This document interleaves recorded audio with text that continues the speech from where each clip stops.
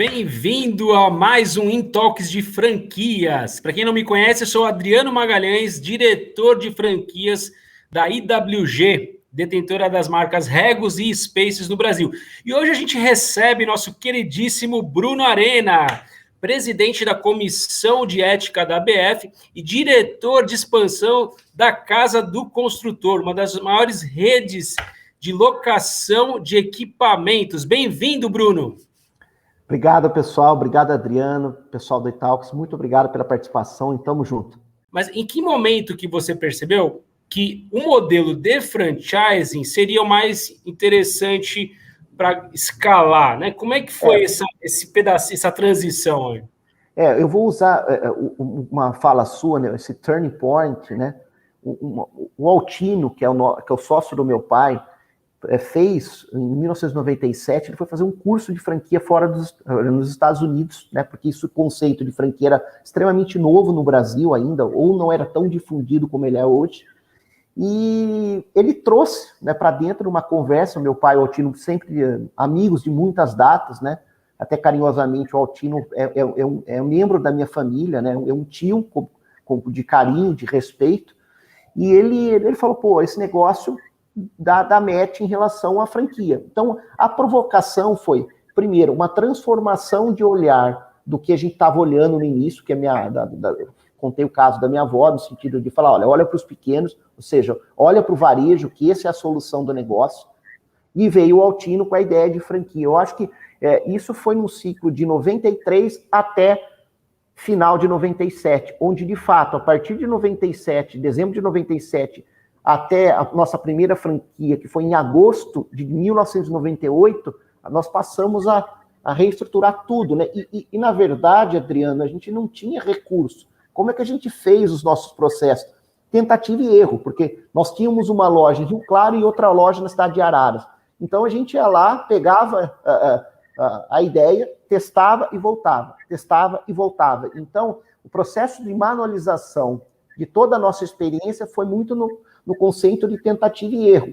E como a gente não tinha recurso, né, na verdade, o capital empregado inicial da Casa do Consultor foi de $8 mil, quando nós começamos, né, que equivalia na época a um Fusca. Né?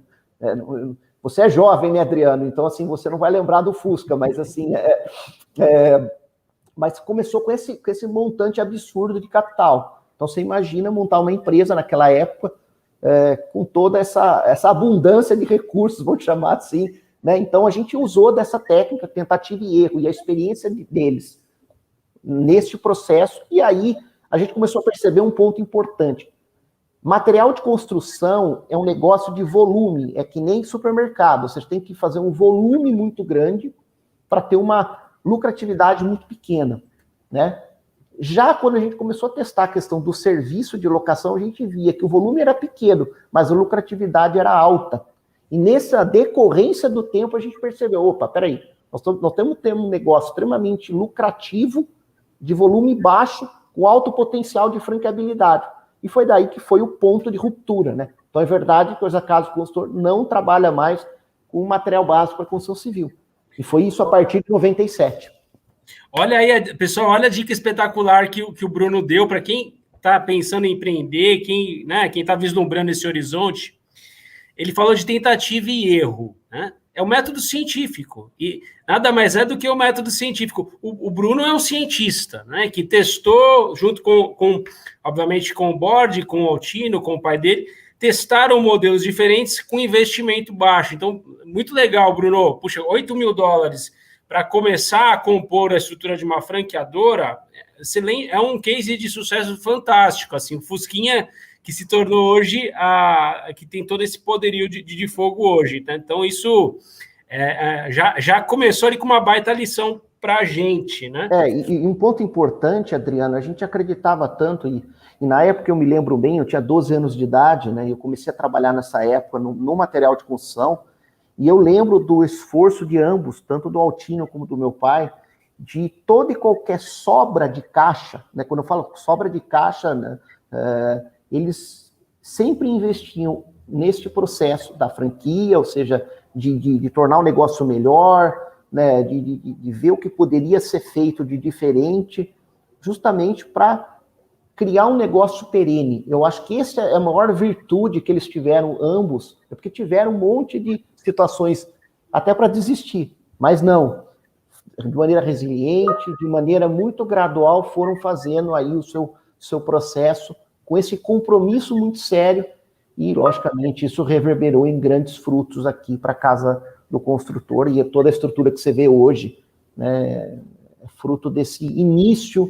de muita garra e de sonhar muito, né? De sonhar que poderia ser grande, cara. Não, e tem um propósito aí que se já é nítido, né? Essa questão, puxa, pensa nos pequenos, né? Que é falar da avó Exaltina, e me remete também fazendo um paralelo com a estrutura, o nascimento da Regus, dos escritórios flexíveis compartilhados. Uma curiosidade, Bruno, a Regus nasceu em 1989, então o pioneiro nesse segmento, né, foi o Mark Dixon, na Bélgica. E ele montou a primeira Regus lá. O que ele fez de diferente? Ele pensou simples, né? Ele alugou um espaço, sublocou esse espaço, fatiando em espaços menores, em pedaços menores, pensando no pequeno, né? Gerou um serviço e para vender mais caro lá na frente. Então, surgiu também, dentro dessa questão de compartilhar, no seu caso, você compartilha equipamentos, no nosso caso, a gente compartilha espaços, né? Nasceu também de uma iniciativa teoricamente simples, mas genial, né?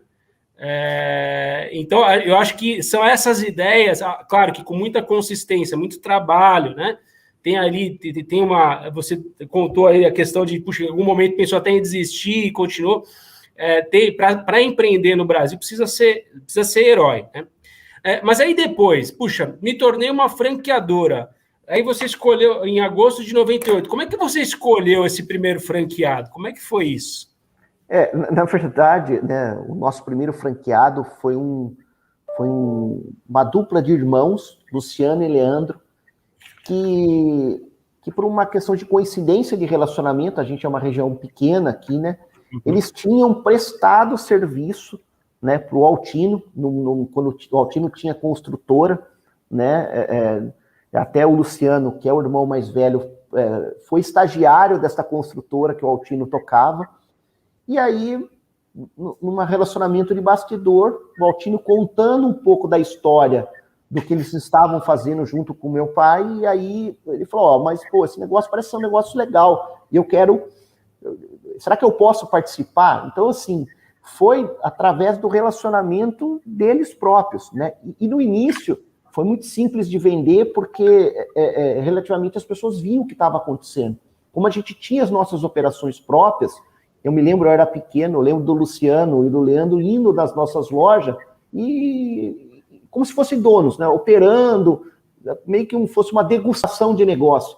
Eu acho que isso fez com que eles, de fato, nós sentíssemos firmeza no propósito que eles tinham e eles com a gente, né?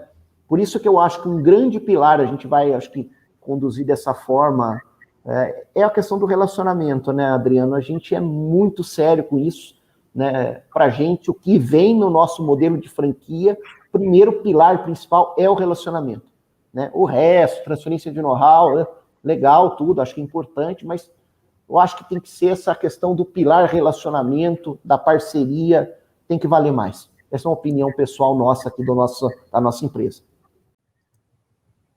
Obrigado, Bruno. Foi espetacular. Nossa quarta versão do Intalks de franquias. Hoje a gente recebeu Bruno Arena, diretor de expansão da Casa do Construtor. Uma baita aula, Bruno. Obrigado. Obrigado a vocês. Obrigado, Adriano, pessoal da Intalks. Obrigado mais uma vez pela essa oportunidade. Tamo junto sempre.